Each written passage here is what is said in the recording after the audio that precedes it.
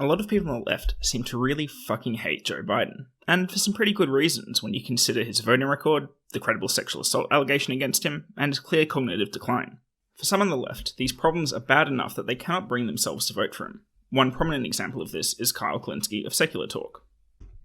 What I plan on doing this election, unless there are major changes, is not voting.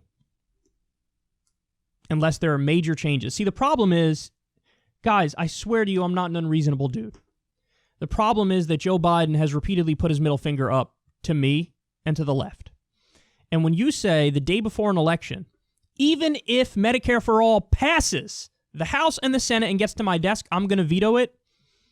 Well, listen, my dad would probably be alive if we had Medicare for All.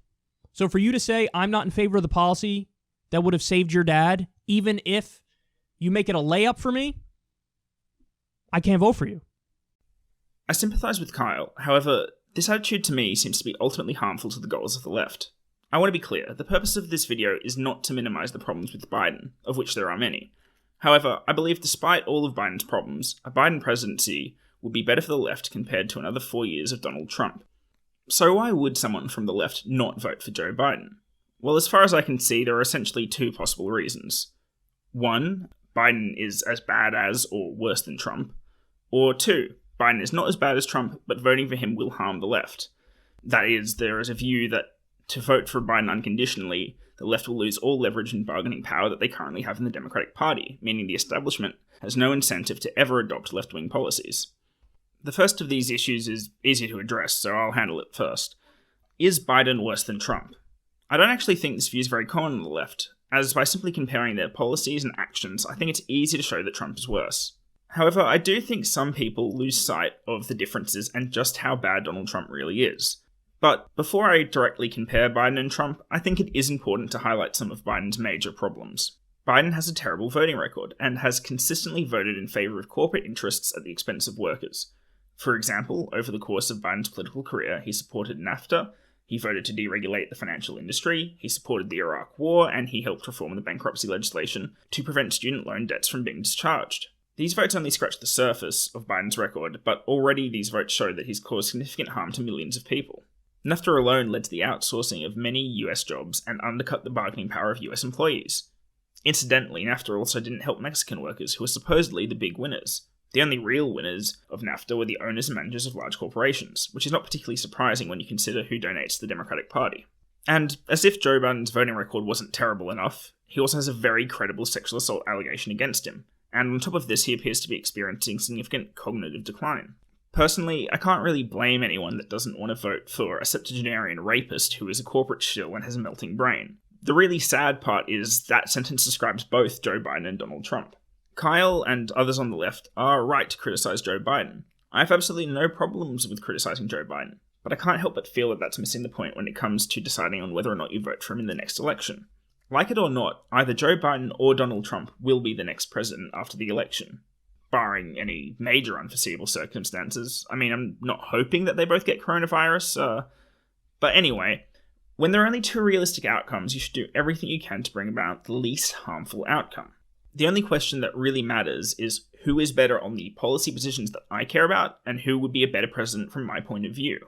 Better does not necessarily mean good or desirable, it just means not as bad. So who would be a better president? Well, it depends what your priorities are. Using Secular Talk as an example, Kyle's top priority is healthcare. So let's look at healthcare.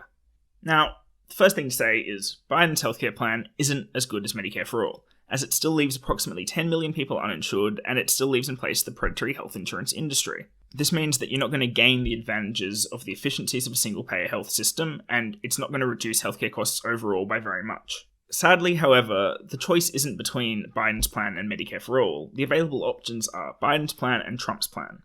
Biden is in favour of a public option.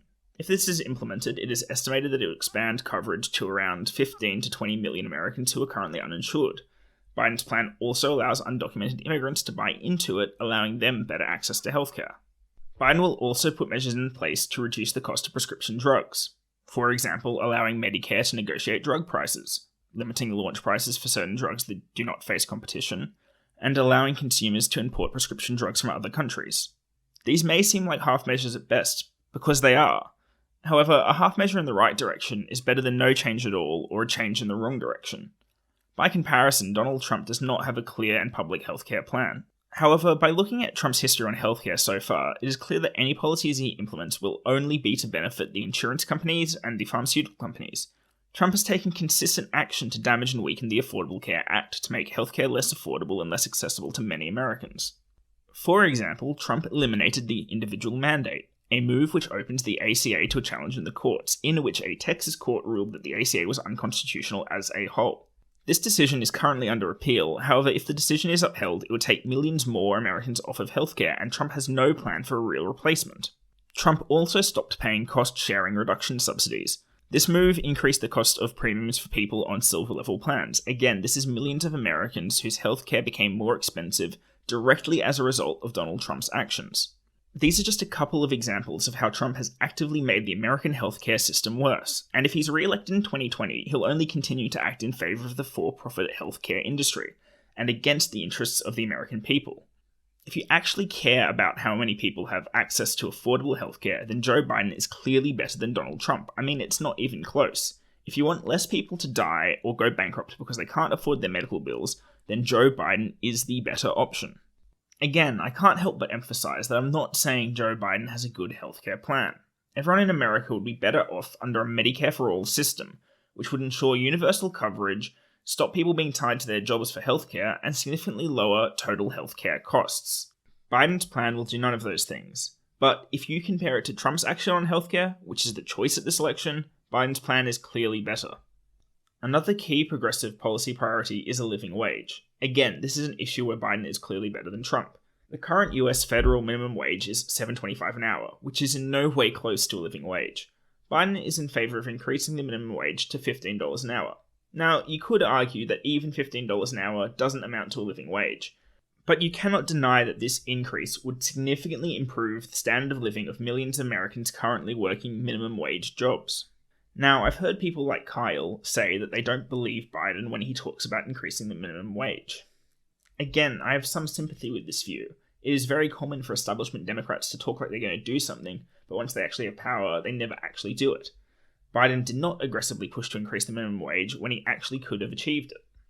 On the other hand, Biden has been talking about increasing the minimum wage for years now, so while I don't entirely trust him, there is reason to believe he actually means it. And again, the only other alternative is Donald Trump. Trump has occasionally in the past talked about increasing the minimum wage, but if I'm skeptical about Biden, I sure as hell don't trust Trump.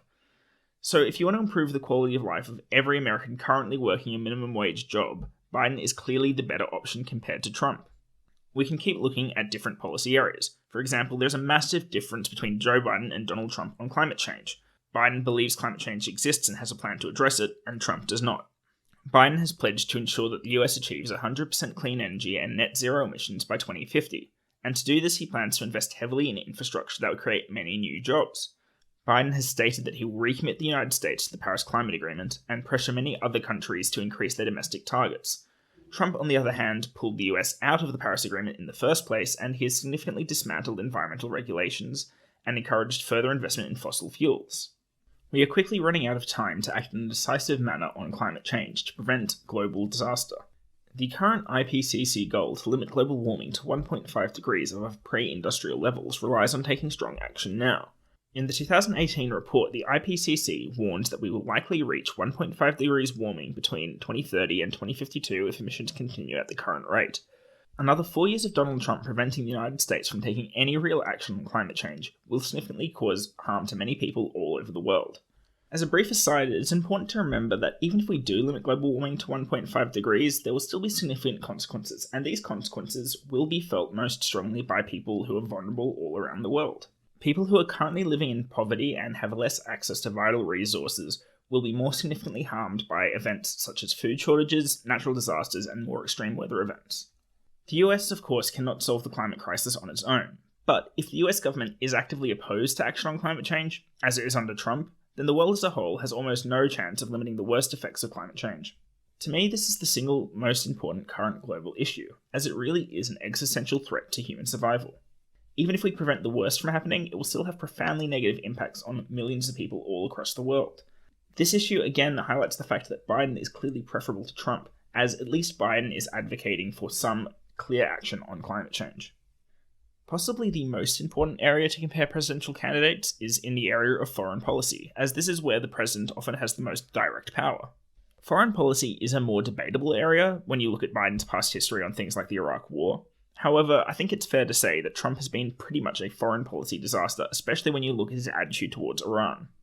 It is almost certain that Biden wouldn't have pulled out of the Iran nuclear deal or have assassinated Qasem Soleimani as Trump did. Both moves heightened the possibility of a US war with Iran, which would be a disaster. Trump has not stopped antagonizing Iran and will likely continue to do so if re-elected.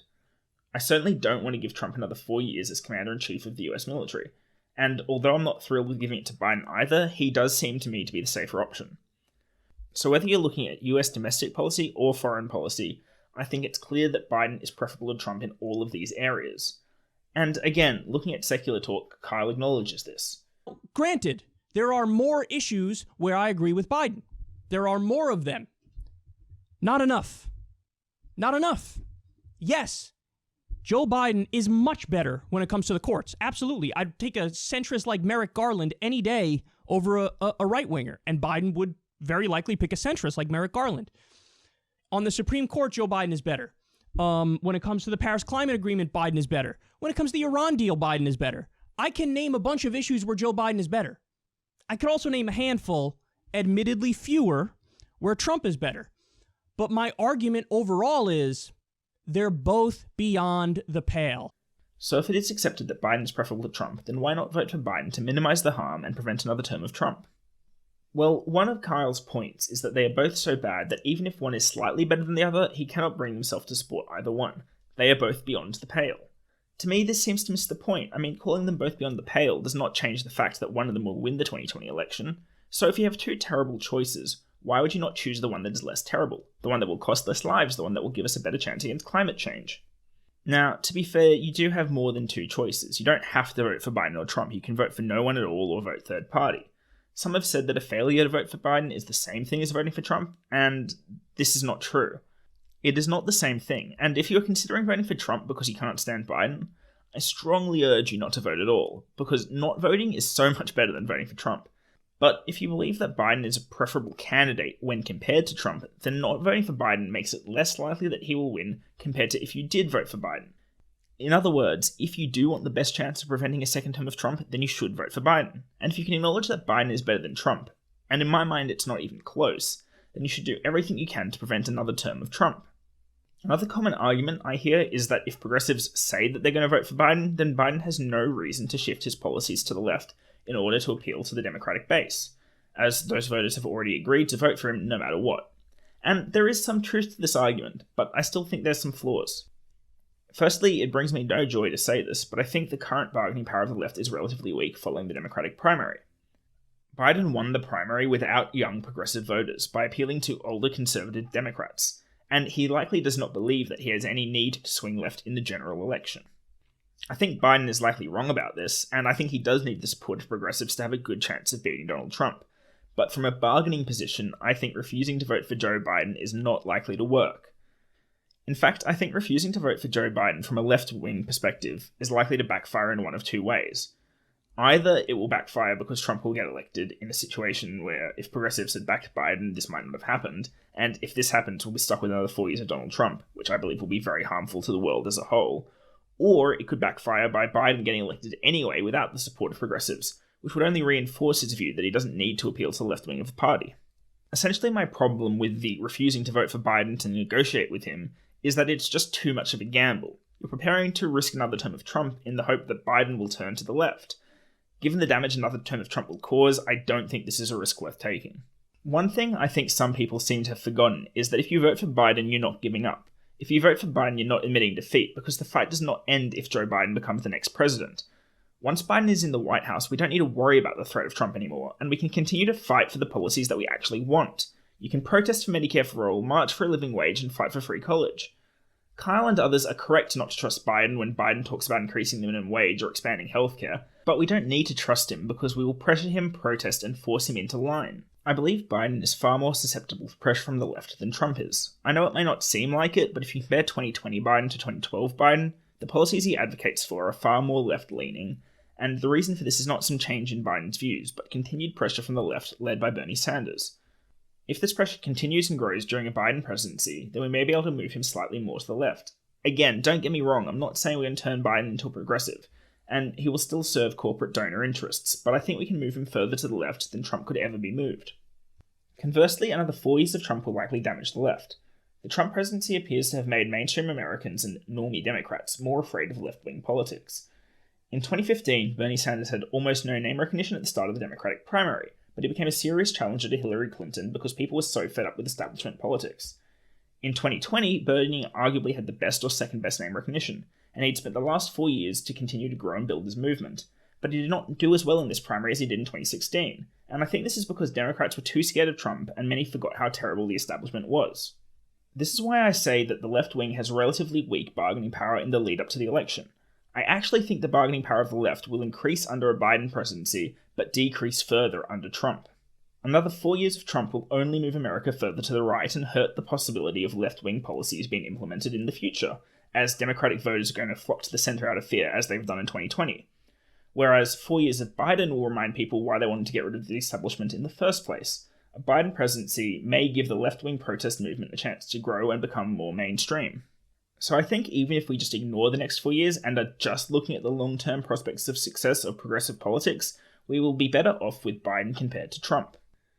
Finally, Biden is 77 years old and in clear cognitive decline. The chance of him running for a second term is relatively low, so 2024 gives the left a real chance to push back. And I actually think that this chance is far greater if Biden is president. If we have to live through another 4 years of Donald Trump and then the Republican Party nominates someone equally horrible after him, then I think the 2024 presidential nominee from the Democrats will be someone like Pete Buttigieg, another safe centrist. If Biden is president, I could see him either choosing not to run again in 2024 or facing a serious left-wing primary challenger. So in my view, whether you're looking at the actual policies of Trump and Biden or whether you're looking further into the future, I think Biden is clearly the better choice at this current election if you're a progressive. And if you agree that he is the better choice, then in order to maximize the chance that he actually becomes president, you need to vote for him, even if you hate everything else about him. Well, if you made it this far, thanks for watching the whole video. Please let me know your thoughts in the comments below, and please like and subscribe as I'm hoping to have more of these sorts of videos coming out soon. If you're a progressive and you're not going to vote for Joe Biden in the next election, please let me know why. I'd actually really like to hear it from your point of view and see where you disagree with me. Thank you very much, and goodbye.